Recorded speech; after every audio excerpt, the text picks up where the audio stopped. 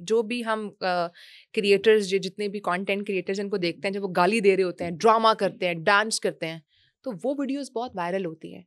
लेकिन उधर ही जब इरफान जुनेजो का कंटेंट सुने, हम आपका कंटेंट सुने, और बहुत सारे अच्छे यूट्यूबर्स हैं जो बहुत अच्छा कंटेंट क्रिएट कर रहे हैं, उनको फिर वो फॉलोवरशिप भी तो नहीं मिलती है ना, तो गेम सारी फिर फॉलोवरशिप की भी तो हो जाती है ना, तो हाँ, ऐसा क्यों है? देखो पता है बड़ा सिंपल सा उसका दे फॉर्मूला गेट है कि easily millions. Negativity sells better. अगर मैं आपको इखलाक की बातें बताऊंगा तो इखलाक की बातें सुनने वाले चंद लोग हैं, और वो चंद लोग लाइक भी कर देंगे, कमेंट भी कर देंगे। लेकिन अगर वही बात मैं किसी नेगेटिव पैराए में आपको समझाने की कोशिश करूंगा तो वो शॉक वैल्यू चाहिए होती है, हर कंटेंट पीस को चाहिए होती है, चाहे रील है, लॉन्ग फॉर्म है, कुछ भी है। जितनी आप शॉक वैल्यू देते हैं उतने लोग हैरान होते हैं, अरे ये क्या है। ये वो जो कहानी जर्नलिज्म है, we are certainly sitting at समाज ऑफिस, वो जर्नलिज्म में कहानी कोट हुआ करती थी ना कि अगर कुत्ते ने इंसान को काट लिया ये खबर नहीं है, इंसान ने कुत्ते को काट लिया ये खबर है। तो वो खबर जब आप हाईलाइट करेंगे तो everybody wants to see it. और अनफॉर्चुनेटली वो नेगेटिविटी से हो रहा है इस मुल्क में, वो और 1000 तरीके हैं करने के पूरी दुनिया में। हमने सिर्फ पकड़ लिया है व्लॉगिंग, फैमिली व्लॉगिंग, गालम गलोच और सलावातें सुनाना एक दूसरे को, और सारे वो ड्रामेबाजी करना जिससे कुछ नहीं मिलता।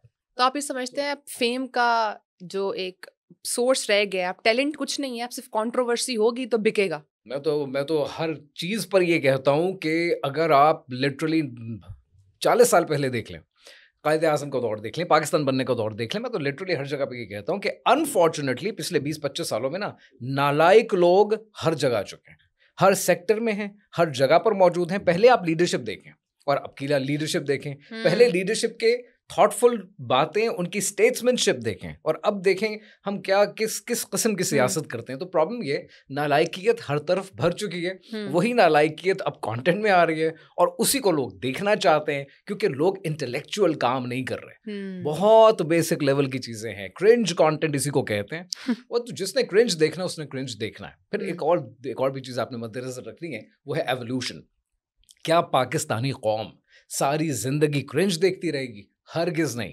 आपको याद होगा 2-3 साल पहले ही बहस बहुत होती थी सोशल मीडिया पे। I been on social media for 6 years now. पहले ही बहस होती थी कि टिकटॉक के ऊपर, और इसमें बहुत सारे Irfan Junejo is a very good content creator, उन्होंने भी बात की कि बड़ा क्रिंज कंटेंट है टिकटॉक पे, बड़ा क्रिंज कंटेंट है। हाँ, that was relevant what he said 2 years ago, but now चीजें बेहतर हो रही हैं, लोग एवोल्यूशन से गुजर रहे हैं। जितना कंटेंट आता है तो लोगों को कंटेंट देखने के बाद थोड़ी और अवेयरनेस मिलती है, फिर वो उनको छोड़ देते हैं जो इवॉल्व नहीं हो रहे। हर कंटेंट क्रिएटर का काम है कि उसने वक्त के साथ साथ अपने आप को भी इवॉल्व करना है। अगर वो सेम कंटेंट बना रहा है जो वो 6 साल पहले बना रहा था, तो लोग उसकी उस स्टेज पे आएंगे, पास ऑन होंगे, आगे निकल जाएंगे, ग्रेजुएट कर जाएंगे, क्योंकि वो नहीं बदल रहा। वो एक दौर था ना, अगर आप नर्सरी राइम्स पढ़ते थे बचपन में तो बचपन में पढ़ लिया ना, अब वो आप आके प्रोफेशनल नौकरी के अंदर तो वो नर्सरी राइम नहीं सुनाएंगे। तो आपको भी इवॉल्व करने की जरूरत है। पाकिस्तान में कंटेंट इवॉल्व हो रहा है। तो जिन चीज़ों का आज हम कहते हैं ना कि वैल्यू नहीं मिल रही है, या ये कोई अच्छी वैल्यूज दे नहीं रहे, हमारी कौम खराब हो जाएगी, 6 महीने हो गई, 6 महीने के बाद कौम, उनमें से बहुत से लोग इवॉल्व कर देंगे, उनको फॉलो कर लेंगे, किसी और को फॉलो कर लेंगे। दैट्स अ सर्कल, ये लाइफ साइकिल है, ये रिपीट होता है। अच्छा, मुझे ये बताएं कि जेन जीज की, जिस तरह हम कहते हैं कंपैरिजन कल्चर बहुत ज़्यादा हो गया है, सेल्फ इस्टीम की अगर हम बात करें, या कंपैरिजन कल्चर, एंजाइटी की बात करें, उस पर सोशल मीडिया कितना असर डाल रहा है? What do you think? क्या सिर्फ लाइक्स और जो एक खुद एतमादी है वही चीज़ें अब कंट्रोल करेंगी जेन जीज को? जेन जी के ऊपर मेरा ख्याल है कोई पॉजिटिव इफेक्ट अभी नहीं पड़ रहा। और उसकी वजह यह है कि इस जनरेशन को समझने के लिए मिलेनियल्स ने भी और इवन इनके पेरेंट्स ने भी कोई कोशिश नहीं की। Gen Z is very hard to manage. अब जो जनरेशन आ रही है 2-3 साल के बच्चे हैं, they are Gen Alpha. Gen Alpha तो समझ में आ गया ना, ये तो बिल्कुल ही आउट ऑफ कंट्रोल होंगे, क्योंकि they are born with technology in their hand. इनको पता है फ़ोन कैसे इस्तेमाल करना है, चीज़ें कैसे करनी है। बट जेन जी को समझना बहुत मुश्किल है। इनके साइकोलॉजिकल इशूज़ हैं, इनके सोशिएटल इशूज़ हैं, इनके मेंटल इश्यूज हैं, और जब तक आप उनको एड्रेस नहीं करेंगे, और हमें बदकिस्मती है मिलेनियल्स को ये टूल्स कभी अवेलेबल ही नहीं हुए, हमें पता ही नहीं इनको मैनेज कैसे करते हैं। हम जब बचपन में होते थे, अगर कहीं पे कोई चाची ने, कोई ताई ने, किसी ने मार दिया होता था ना, और माँ के पास रोते हुए आते थे, तो माँ से 2 चपेड़ें और लगती थी कि ज़रूर तुमने कुछ किया होगा। आज आप किसी के बच्चे को हाथ लगा के दिखाएं कि मेरे बच्चे को हाथ कैसे लगाया, क्या हुआ था, क्यों हुआ था, वो तो बात की बात है। ठीक है, तो जब हम इतना सेल्फ प्रोटेक्ट कर देंगे तो हम उन बच्चों को ग्रो नहीं करने देंगे। आज का प्रॉब्लम, आज का सबसे बड़ा फितना है औलाद परस्ती। ओके हमें अपनी औलाद के आगे, हमने औलाद को बुत बना दिया है, ठीक है, और उसके आगे हमें कुछ नजर नहीं आता है। मुझे चोरी भी करनी है, मुझे हराम भी कमाना है, मुझे सब कुछ करना है अपनी औलाद के लिए। वो औलाद जो इंस्टाग्राम पे सोशल इश्यूज में और सारे मेंटल इश्यूज का शिकार हो रही है, एंजाइटी का, स्ट्रेस का शिकार हो रही है। लेकिन जेंजिस के बारे में ये भी कहा जाता है कि दे आर द वन जिन्होंने मेंटल इश्यूज को बहुत हाईलाइट भी किया है। सॉरी, क्या किया? मेंटल इश्यूज को बहुत हाईलाइट भी किया है। हाईलाइट किया उससे है, पहले इस पर इतनी बात हाईलाइट नहीं होती थी। बिल्कुल किया है। वो फिर वही एडलर की कहानी आ जाएगी और फिर फ्रॉइड की कहानी आ जाएगी कि जो इश्यूज शायद बनते नहीं थे, वो इश्यूज अब क्रिएट हो गए। आप आज से 20 साल पहले क्या दुनिया में मेंटल इश्यूज नहीं थे? हमें रियलाइजेशन नहीं थी कि इश्यूज हैं, हमें पता नहीं था कि हमारे साथ ये ज्यादतियां होती हैं। अब आप एक एक चीज को हाईलाइट करेंगे तो फिर सब चीजें हाईलाइट हो जाएंगी। वो कहता था ना शायर के, जो ना सोचो यूं जो सोचो 1000 बातें हैं, जो ना सोचो तो कोई बात नहीं। तो जब आप सोचने लगते हैं तो आपको एक एक चीज का एहसास होता है कि अरे उनके पास 1 गिलास है पानी का और मेरे पास नहीं है, मेरे पास 1 है तो उनके पास 2 क्यों है। फिर आप सोचने लगेंगे तो बहुत सारी चीजें हैं। बट प्रॉब्लम ये नहीं है कि जेनजी किस इशू से गुजर रही है, वो तो बेचारे विक्टिम्स हैं। प्रॉब्लम ये है उसको एड्रेस करने के लिए किसी ने कुछ क्यों नहीं किया। मिलेनियल्स को क्यों समझ नहीं आया कि एक नई जनरेशन है। जब आप टेलीविजन देखकर, बचपन में कार्टून्स देखकर बड़े हो गए आप, ठीक है, तो पेरेंट्स के पास ये टूल्स थे, उन्होंने आपको कंट्रोल कर लिया। अब जब बच्चे पैदा हो रहे हैं, बड़े हो रहे हैं, they are born with technology, उनको पता है फोन कैसे इस्तेमाल करना है, उसको कोई ना कोई पैगाम देने वाला हर एक स्क्रॉल के ऊपर मौजूद है।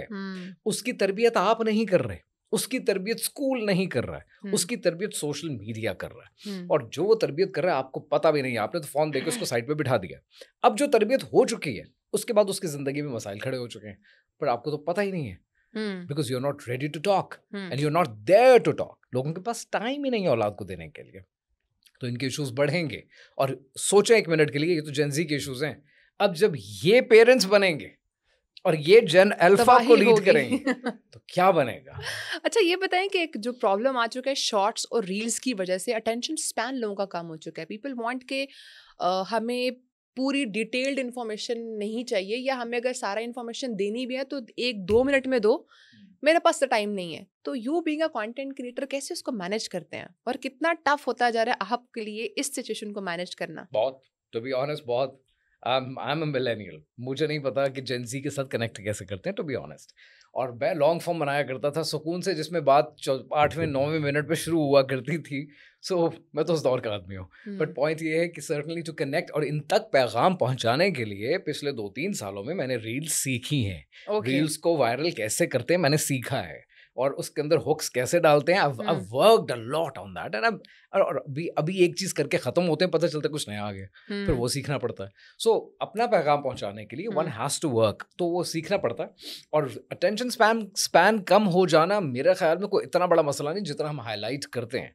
जब हम पढ़ा करते थे कॉलेज यूनिवर्सिटी में, इवन बाहर, तो वहाँ पे भी कहा करते थे एलिवेटर पिच, 1 मिनट के अंदर अपनी पूरी कहानी सुनाओ। अगर आप 1 मिनट में अपना स्टार्टअप, अपना बिजनेस, अपना काम नहीं समझा सकते तो आप बेकार आदमी हैं। तो वही एलिवेटर पिच आपने लोगों को देनी है। अब आपको किसी एक सीईओ को नहीं देनी है, अब आपने पूरी दुनिया को देनी है। So there is nothing wrong with that. तो लोगों का अटेंशन स्पैन कम होता है। बात ये है कि अगर आप उसमें इफेक्टिव बात कर दें, फिर आपकी अगली बात भी सुनना चाहते हैं, फिर उसके बाद एक और बात सुनना चाहते हैं, and then they convert and then they follow, और फिर वो उसमें से कुछ सीख कर अपनी जिंदगी में इंप्लीमेंट करेंगे। सो अटेंशन स्पैन कम होना कोई बुरी बात नहीं है, वो कम ही होता है। Technically it's not even a minute, it's 3 seconds। 3 second में अगर आपने अटेंशन ग्रैब नहीं की है, I am done, I've got other things to do। तो वो इसमें कोई बुराई नहीं है, आई थिंक दैट्स फाइन, चलता रहेगा।